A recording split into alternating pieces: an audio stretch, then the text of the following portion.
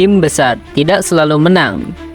Dalam dunia sepak bola, kita sering melihat bagaimana tim yang diunggulkan bisa mengalami kekalahan yang tak terduga. Terdapat banyak faktor yang bisa memengaruhi hasil pertandingan. Salah satunya adalah cedera pemain kunci.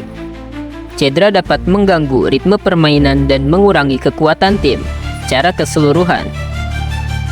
Pada 2 November 2024, dua tim besar Inggris, Manchester City dan Arsenal, mengalami nasib buruk di pekan ini.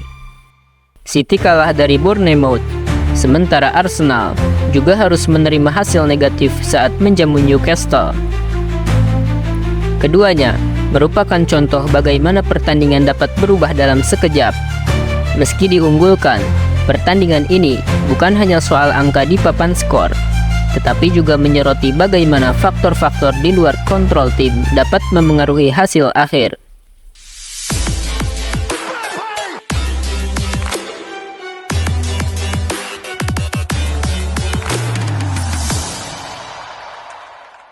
Dalam pertandingan melawan Bournemouth, Manchester City terpaksa menelan kekalahan mengejutkan dengan skor 2-1.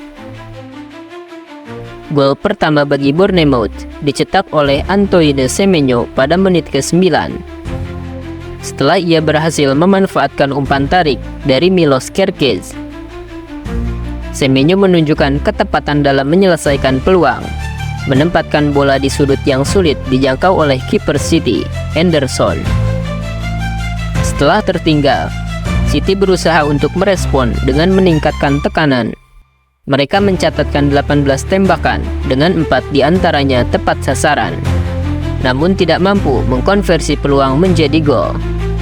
Bournemouth, di sisi lain, lebih efektif dengan 12 tembakan dan 6 diantaranya tepat sasaran.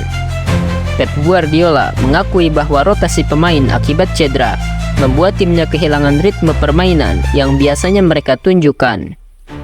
Bournemouth kemudian menggandakan keunggulan mereka pada menit ke-64 melalui gol Evan Nilsson yang memanfaatkan kesalahan di lini belakang City.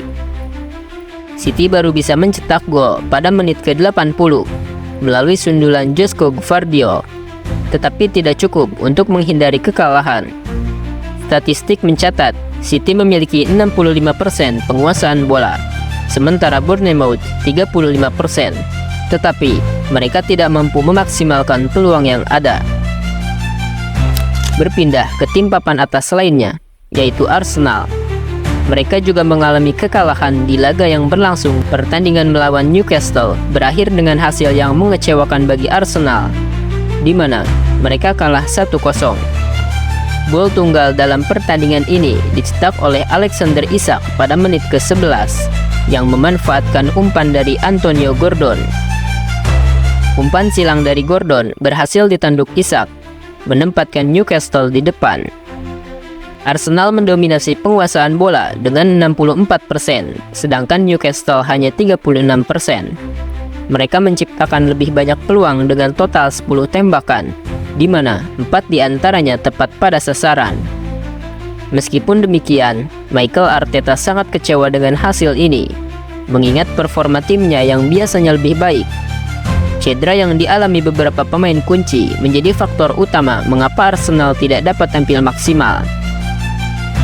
Dari sisi Newcastle, mereka menunjukkan pertahanan yang solid dan mampu mengandalkan serangan balik yang cepat. Kemenangan ini menjadi penting bagi Newcastle untuk meraih poin berharga di awal musim. Sementara Arsenal harus mengevaluasi kembali strategi dan kedalaman skuad mereka. Kedua pertandingan ini memberikan pelajaran berharga tentang ketidakpastian dalam sepak bola. Manchester City dan Arsenal, dua tim yang diharapkan untuk tampil sebagai penantang serius dalam perburuan gelar, harus menghadapi kenyataan pahit di pekan ini. Meskipun City memiliki penguasaan bola yang tinggi dan menciptakan banyak peluang, mereka tidak mampu memanfaatkan kesempatan tersebut. Hal ini menunjukkan bahwa penguasaan bola tidak selalu menjadi indikator kemenangan. Terkadang, ketepatan dalam penyelesaian akhir dan kekompakan tim yang lebih efisien menjadi faktor penentu. Di sisi lain, Arsenal, meskipun mendominasi penguasaan bola dan menciptakan peluang, harus merenungkan bagaimana mereka bisa lebih efektif di depan gawang. Hasil ini mungkin mengecewakan para penggemar, tetapi bisa jadi merupakan kesempatan bagi Mikel Arteta untuk melakukan evaluasi mendalam mengenai taktik dan strategi permainan mereka. Hasil negatif ini harus menjadi motivasi bagi kedua tim untuk bangkit dalam pertandingan mendatang. Keduanya memiliki potensi besar dan kualitas individu yang mumpuni, dan hasil buruk ini seharusnya tidak memengaruhi kepercayaan diri mereka secara keseluruhan.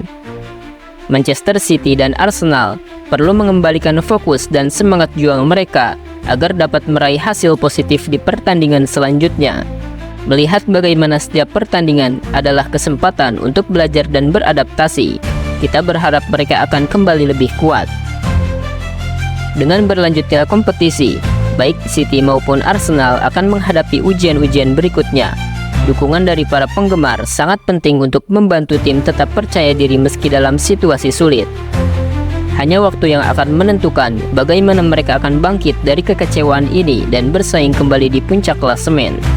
Mari kita nantikan performa mereka di laga-laga mendatang dan berharap bahwa mereka dapat segera menemukan kembali jalan kemenangan.